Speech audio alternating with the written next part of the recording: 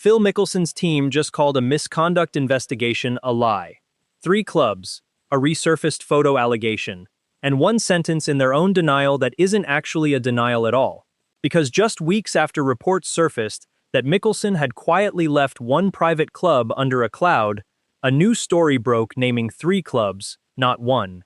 And this time, Mickelson's camp didn't stay quiet. They went on the record, called the report a drive-by shooting, and tried to shut it down completely. That's not a tease, that's exactly what happened, and we're going to walk through every piece of it, what's confirmed, what's disputed, and one detail buried near the end of his own team's statement that actually raises more questions than it answers. Stick around for that. Backdrop first.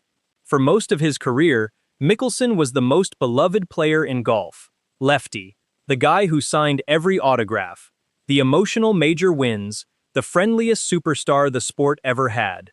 That image started cracking in 2022, when journalist Alan Shipnuck published blunt comments Mickelson made about the Saudi money behind LIV Golf. The fallout was fast. Sponsors left. Mickelson disappeared from public view for months, then resurfaced as LIV's most recognizable face. Now fast forward to this year.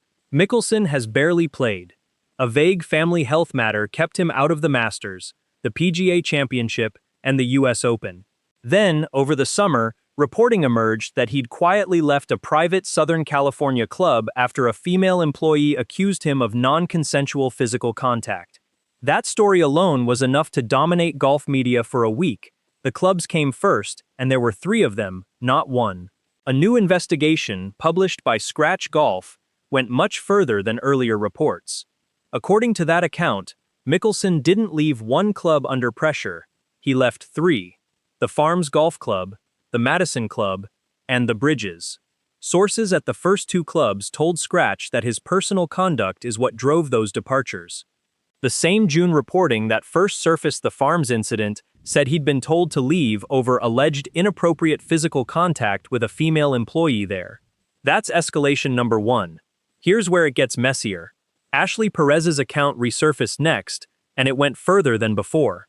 The ex-wife of fellow golfer Pat Perez says that back in 2015, Mickelson showed her a nude photo of himself and told her to come to his room after her then-husband had fallen asleep. That detail wasn't new on its own. A softer version had appeared years earlier. What was new is how much further this account went, including claims of graphic sexual talk at dinner gatherings involving other people in Mickelson's circle.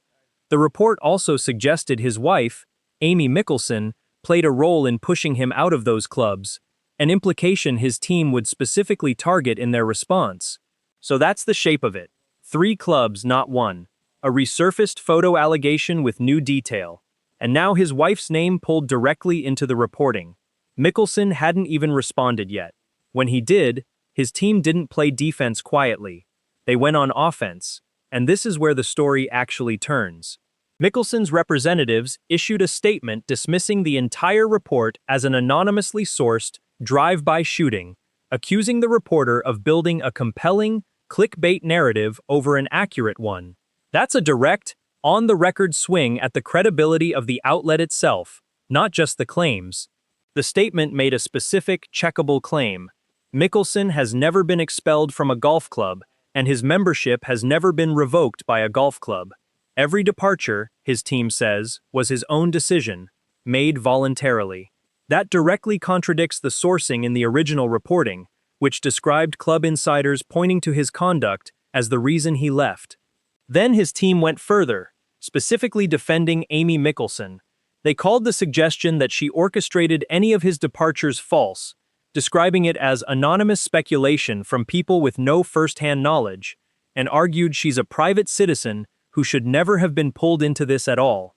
They also pushed back on a detail in the original report involving a family location sharing feature, arguing it was being framed as suspicious when it's something millions of families use every day.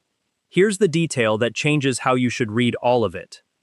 Buried in that same response, Mickelson's team acknowledged something important: his willingness to apologize for his conduct. Their words should not be read as an admission of every allegation made against him. Read that again. That's not a blanket denial.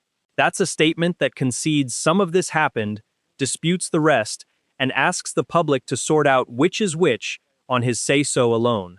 That's the whole tension of this story in one sentence: a forceful, confident denial on the surface. But the actual statement is far more careful than that framing suggests. It disputes specific claims: being forced out, his wife's involvement, the framing of the Perez allegation. It does not deny that some conduct happened. It just disputes the extent of it and who's responsible for the fallout. Scratch's editor pushed back publicly too, standing by the reporting and noting Mickelson's team was given the opportunity to respond before publication. So now you have two camps, each accusing the other of bad faith, and a set of allegations sitting in that uncomfortable space between confirmed and contested. None of this has been tested in court. No criminal charges have been filed in connection with any of it.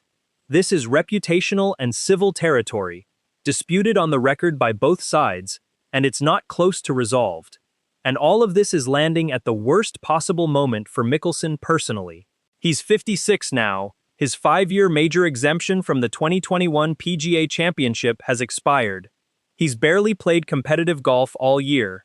And LIV Golf itself, the league he helped legitimize, has spent this year fighting its own uncertainty about long-term funding and its future beyond this season. Mickelson was supposed to be the face, reassuring everyone that LIV was here to stay. Instead, he's the one generating headlines that have nothing to do with golf. So where does this actually go from here? If Mickelson's team is right, this fades as an aggressive but unsubstantiated hit piece, and the drive-by shooting framing sticks in the public's memory instead of the allegations.